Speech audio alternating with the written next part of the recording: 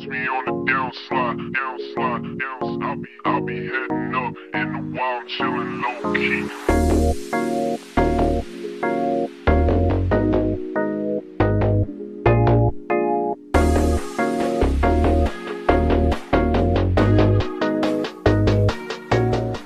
Naputol ni Boss Carlo tong bonggambilya dito sa nagmukha siyang ngayon tong titingnan mo para siyang konkreto. Dito wala yung driver nitong ilaw.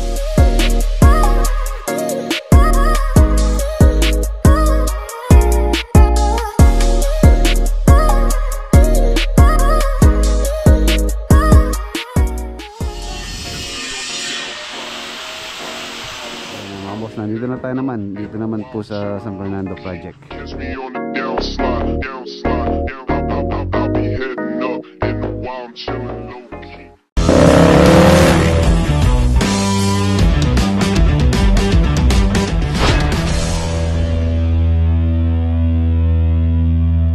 Gabi bago ko matulog. Nandito na po kami sa Porac.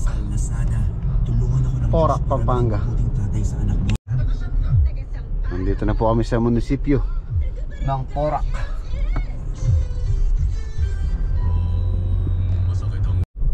Ayan, nandito na po kami.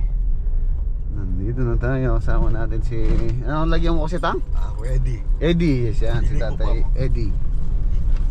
Ayan, shoutout kay Kuya Joel. Nandito na po kami sa bahay niya. Ayun o. Ayun din. Yung pare to. Ayun na yan. Yapin ba rin? Tingin. Ganda na. Kumatingin po. Ganda ng view. Pintura, lamigin yung terrace. Ayan na mga boss, muli ko pong pagbabalik dito sa bahay. Ayan. Kung mapansin nyo, ang ganda, di ba? Ang ganda po ng bahay. Ang ganda ng design. Ang problema lang, sa likod ng kagandahan niya, merong problema na kailangan ayusin.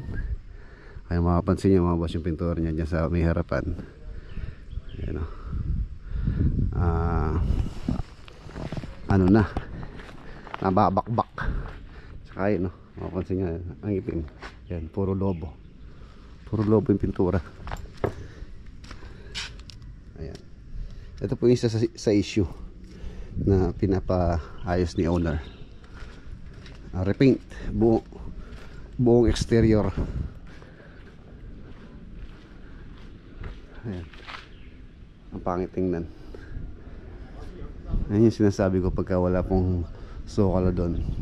Dito tumatawid yung tubig. Possible na ganyan po yung mangyayari. Meron siyang yung mark na pinagtuluan ng tubig, mangingitim or minsan naglulumot tulad nun, no? Yun, lumot po yun na natuyo na lang kaya po nangitim na siya. Saka dito kung mapansin niyo parang yung pintura tinangay nung tulo, you know? Kaya minsan kami yung kadalasan nalagyan namin ng boulders or sukal dyan. Tapos dun sa floor drain, ayun, may floor drain naman po siya dun dapat diretso yung tubig para hindi tumutulo dito sa labas. For sure kahit dito meron yan. Ayan o. Ayan, yung mga itim-itim na yan, lumot po yan na natuyo. Ayan o, namimitas sila ng papaya tulad nung nagpunta ako rito. Maraming bunga yung papaya ni Tatay Eddie. Ayan, kahit po ito, yan yung problema. Repaint ng pintura.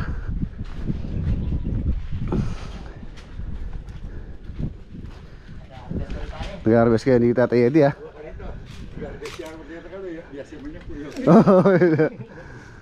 Shoutout kay Tatay Eddie. Hello. Ayun po.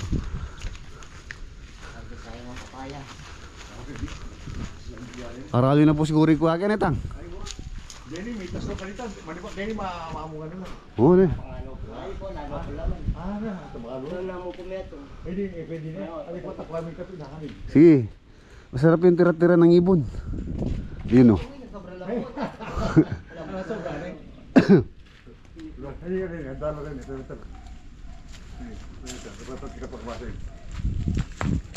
Oh, galing mga salor din, ah.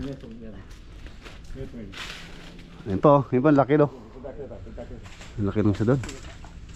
Yan, yan. Ayan, pwede pa yan. Ito. Ito, meron kadagol na.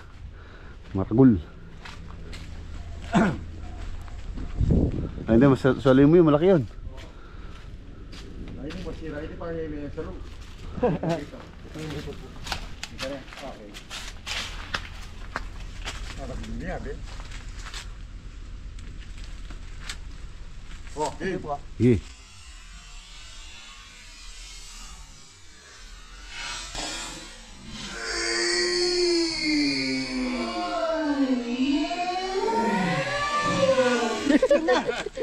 Nakabaya yan, tumag sa tsaka.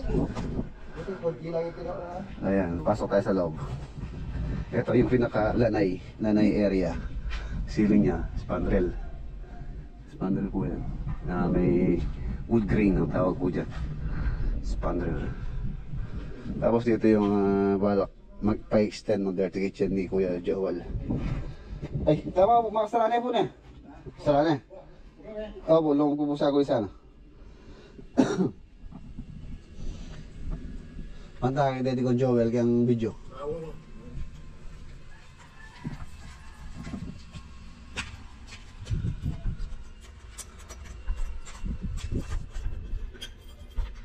Ayan.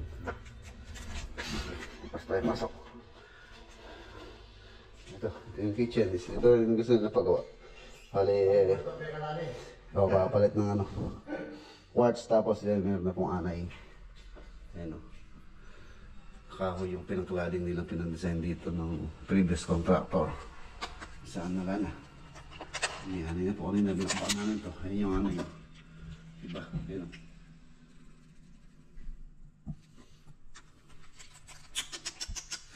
Kaya kami po iniiwasan namin yung ganyan. At sana ano lang ginamit nila dito.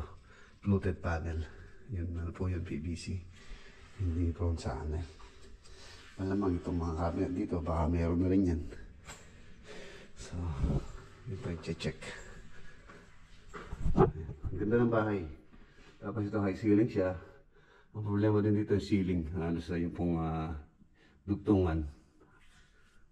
Nag-crack na. At saka yung ano pala, itong bahay pala mga boss, yung sinukat ko kanina yung floor area niya.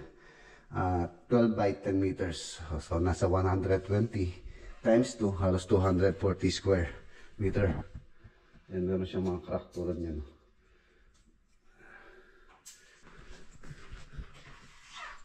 Yan, ito. Walang tagusan. Tapos yung malaki. Yung may susuot yung coins. Medyo ano na po yun kung gano'ng kalaki. Nakakabahala na. Ito kung tagusan siya hanggang sa kabila. Yung minimal lang naman yung mga hairlines. Natural lang naman po yan, pero may iwasan yan sa pintura, sa pintura din. Saka itong bahay parang ano po, hindi siya finish. Ang ano lang niya, pintura niya is flat. Flat lang kung saan, ano lang po yung primer lang. Hindi po finish yun or yung pinaka-top final coat niya. At least sa kontrata tapusin namin, at least mga 2 coats ng semi-gloss or semi-gloss. Ito primer lang po yan, yung flat. Bago ka mag-finish, a-apply mo muna ng flat. Yan, tulad nito. Flat latex. Dumihin siya eh. Yan, mga kalap.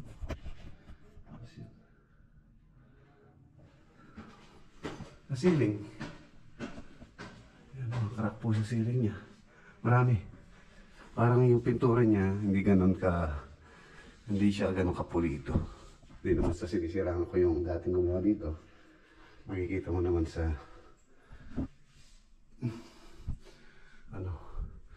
sa actual, So yun yung gusto kong paipayas ni owner. Sa atin natin pintuan. Ito yung family area, malawak.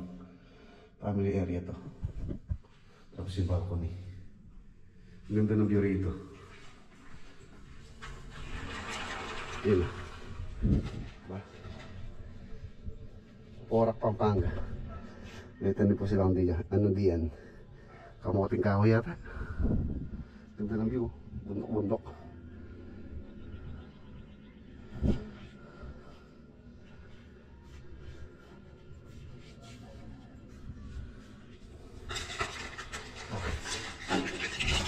Ayan.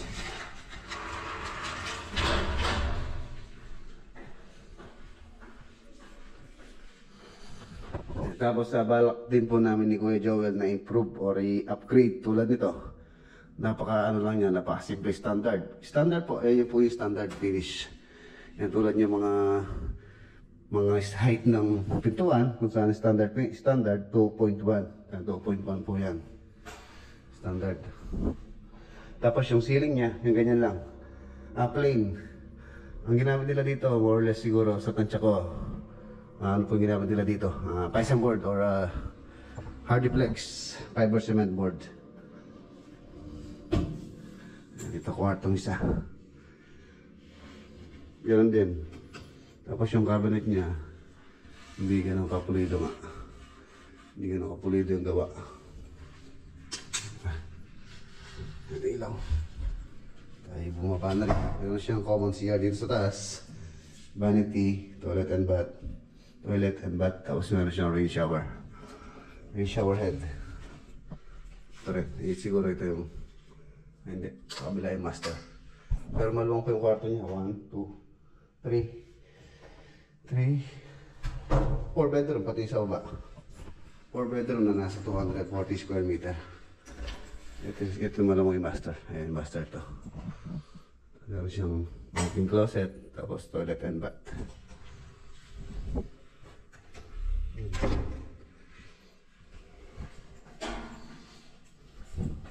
Pag-usapan muna namin ni owner. Pag nagkasundo, schedule. Sana, soon. Laki ng bahay, 240 square meter. Tsaka itong kanyang, itong kanyang dining area. I-upgrade din namin yung ceiling, papagandahin din natin. Improve. Main door, yung main door niya, yan, nirepaint din. So marami pong problema or gagawin dito.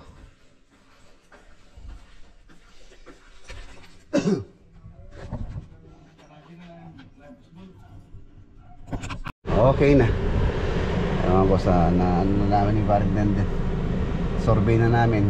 So ano lang, costing na lang po ang ating i-send sa owner. Tatay Eddie, nilalak mo na yung gate. Ang ganda rin nun, kulay gray.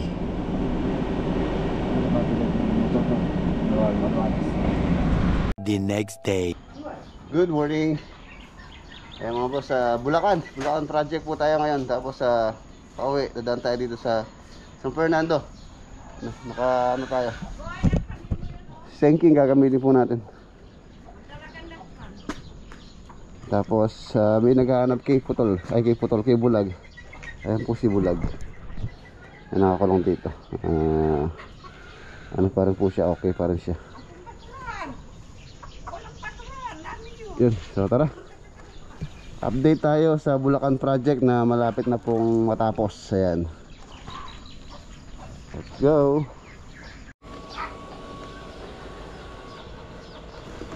Yeah. Let's go. Time check 6:57. Dadaan tayo sa Andapa. Hindi tayo mag-expressway. Maaga pa naman.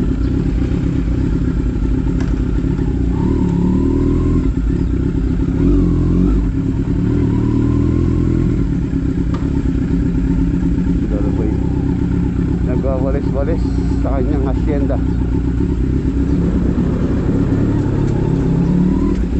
Nakalala ba?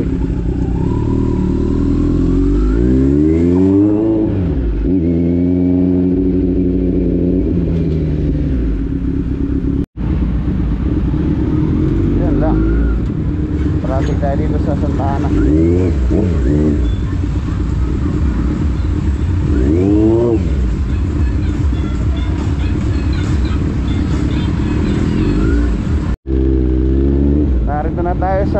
Davao.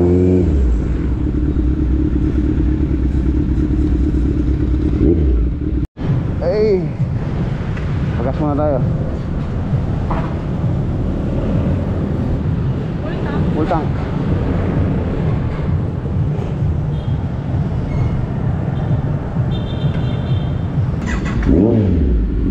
Okay, let's go.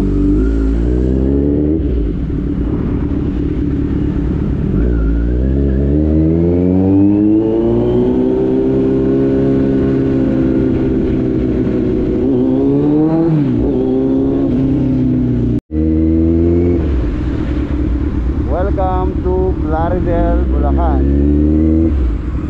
Ayan, nandito na po tayo sa Plaridel.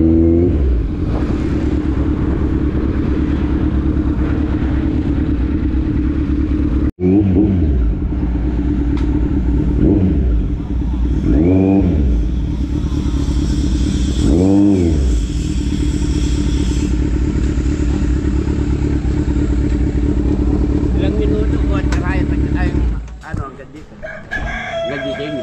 30 30. 30 minutes.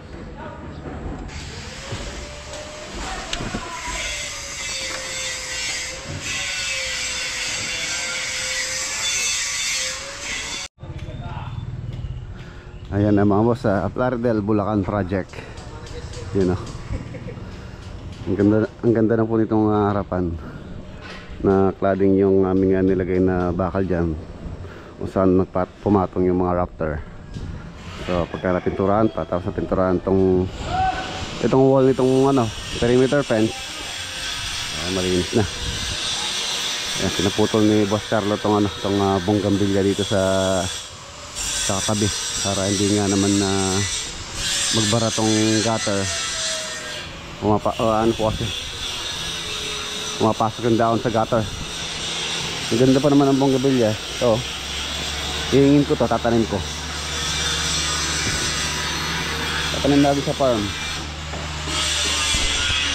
Tapos siyempre yung siya. Nagmukha siyang ngayon, kung titingnan mo, para siyang konkreto. Tambol ang tawag dyan, or false beam.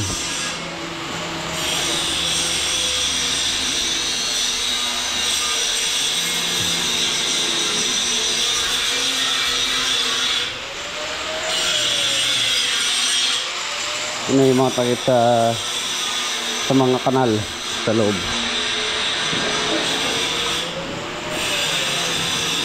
Ano ulam deng? Ginataan. Ginataan, saka walang kabatayang talapya.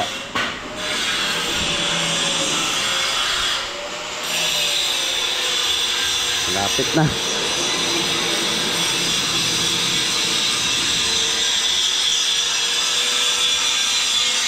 Pinturahan na lang po yan. Linis-linis na lang halos sa loob.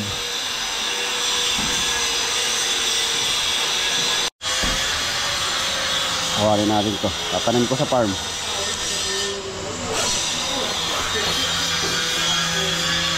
Ganda nito pagka tumubo.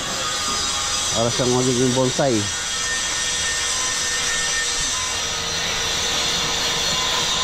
Ganda pa naman ang bulaklak nito. Pink.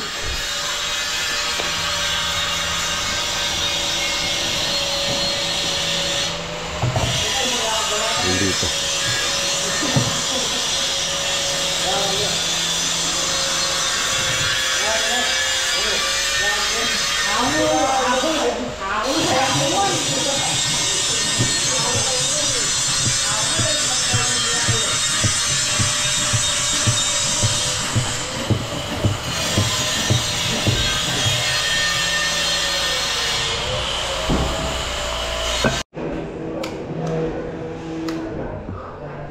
Malapit na.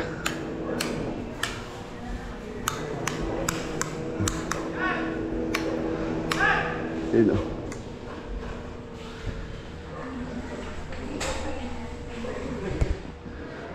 Konti na lang po dito sa loob, patapos na po kami. March 4 pala tayo ngayon. March 4, ibig sabihin mga boss, 4 months po ngayon tong project. Ayan, meron na lang mga inaayos dito. So the rest okay na lahat. Itatap na lang po yung ilaw dito. Wala yung Yung driver nitong ilaw, dala ko na rin para ma-install na ito. Ayan. Ito po yung driver. Binili ko kapon sa sa Daw. Dito, okay na dito. Yung kitchen cabinet dito, bali si owner na po yung magpapagawa niyan. Ayan. Aluminum yata yung balak nila dyan. Tapos ito yung laundry.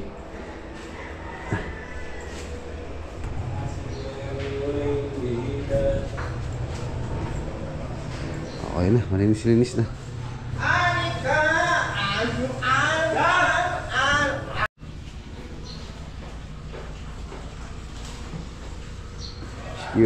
Security grills. Ay, kabilang po yung meron dyan. Meron dun dito.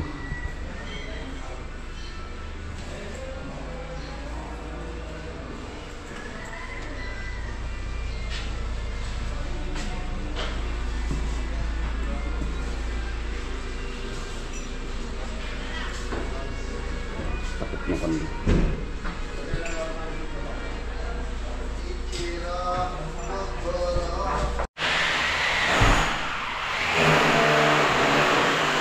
Yung kwarto. Ganda.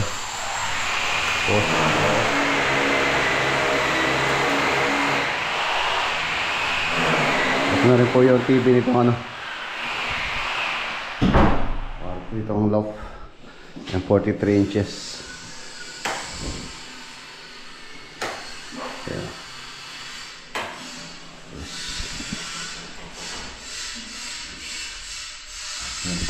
Tawag dito, PlayStation, PS5. Sana all PS5. PS5 ito yung upuan habang PS5. Ganda. Ganda nitong kwarto na to. Ito yung magiging bed. Ayan o. Ayan po ito. Finish lang ng konti.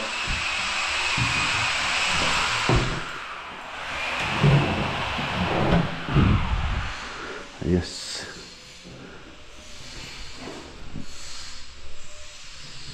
Pagkatapos natin dito, diretso po ako ng San Fernando. Nag-ano na po sila doon, nagbobobong na sila. Roofing. Roofing ko muna. Okay. Meron kitchen.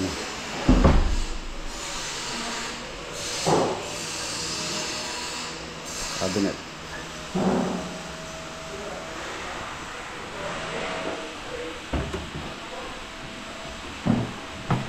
Malinis na. Yes. Yes. Oy. Balik yung bisagra yun eh. Yung bisagra. Bisagra nito, hindi hydraulic to. Oh. To. Tingnan mo to. Oh. Hindi hydraulic. Baka sira yan. Palitan nyo. May binili kasi sila dito. Kaya lang hindi po hydraulic. Kailangan hydraulic. Soft close kung tawagin. Saka mapapansin yung cabinet natin. Medyo mamalagabok pa oh. Linis pa.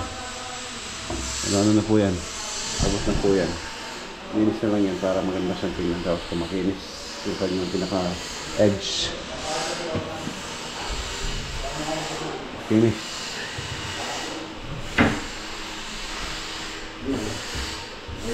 Hindi yan, palit na. Palit na. Hydraulic. Soft close. Ito, metong. Ito yung isang kwarto. Meron po siyang doon na exhaust. Agusan po sa kabilang kwarto yan. Bali dito, hindi na sila mag-aircon. Mag-exhaust na lang sila doon. Higupin yung lamig doon. Papasa po rito. Para save sa aircon. Malakas naman po yung aircon sa kabila.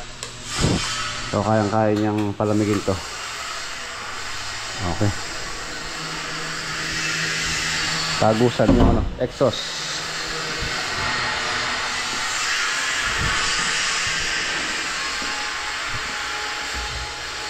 Tuloy. Yung CR.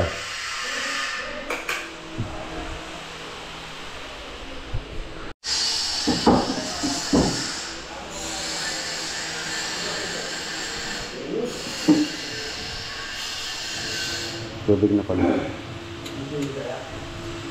Ang problema ko rito, hindi po ganun kalakas yung pressure. Hindi na. Ngayon ang tubig.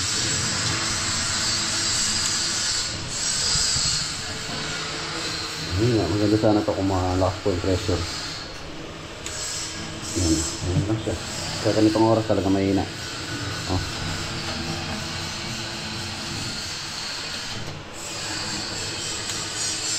Alam ko kung gagamit ko. Baso. Maganda ito kung malakas po yung pressure. Talagang soap dispenser.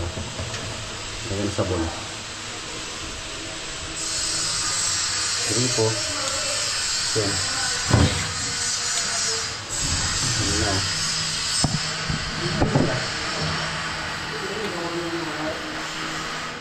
Okay na. Higaw na.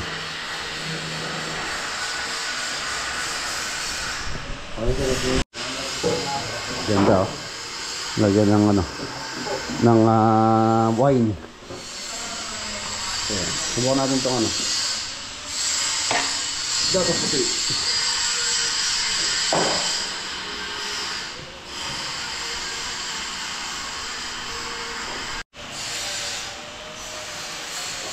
Ayan ang boss na ng ilaw.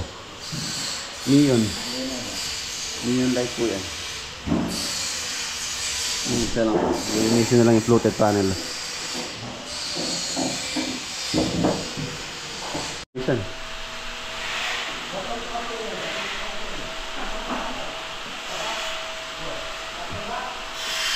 District po, baka luminis na dito sa buong loob. Pang 4 months namin ngayon dito. March 4.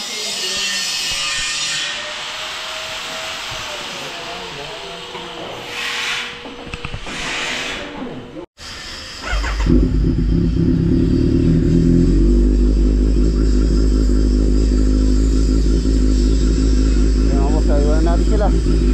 Saan naman po tayo sa Fernando.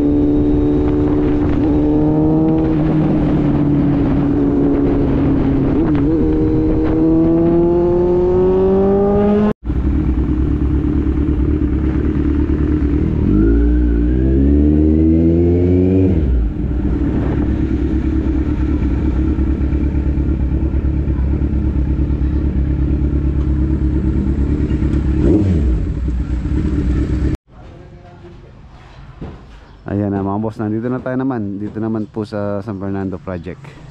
Ayan na, naglalatag na po sila ng yero. Yun o. Buhay construction. Ayan, kahit na mainit.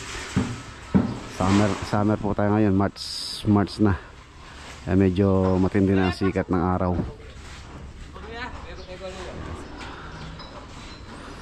Ayan na, yero na.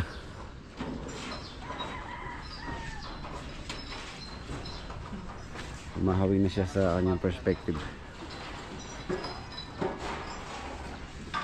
Ito yung actual.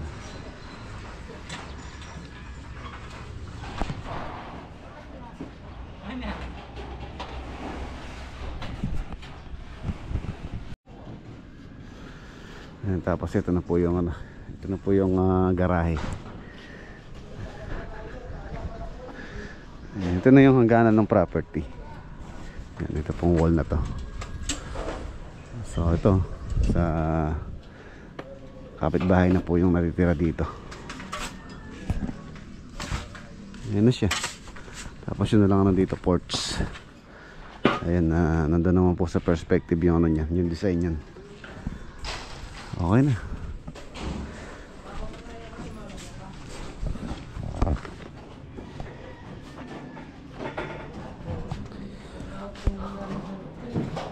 Yun no, high ceiling.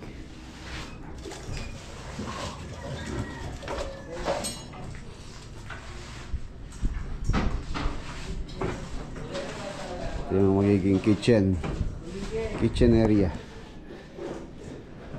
Tapos dito, lanay.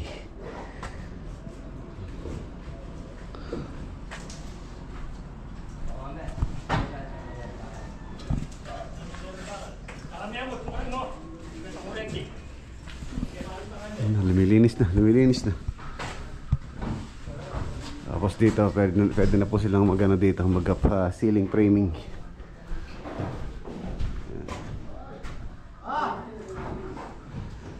Opening ng mga bintana.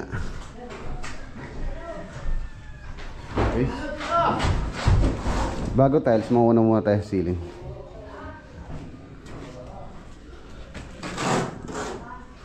Ano rin yung ano, walk-in closet. Tapos ito yung toilet and bath. Dito master bedroom. Malawang po siya.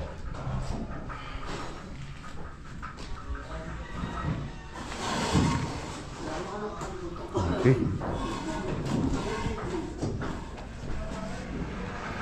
Dito muna sila nagbabaraks.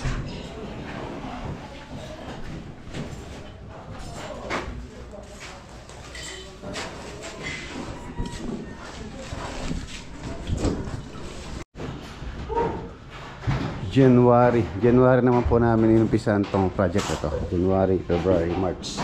So alas 2 buwan. 2 months naman po ito. Tapos delay po kami na dito ng 2 linggo. Halos 2 linggo nung that time na may problema yung lote.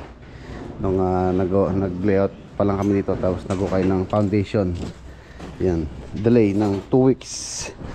So hindi lang po na delay ito, malamang tapos na yung bubong. Tapos siguro nandito na sila sa labas nagpapalitada. Ayan na siya.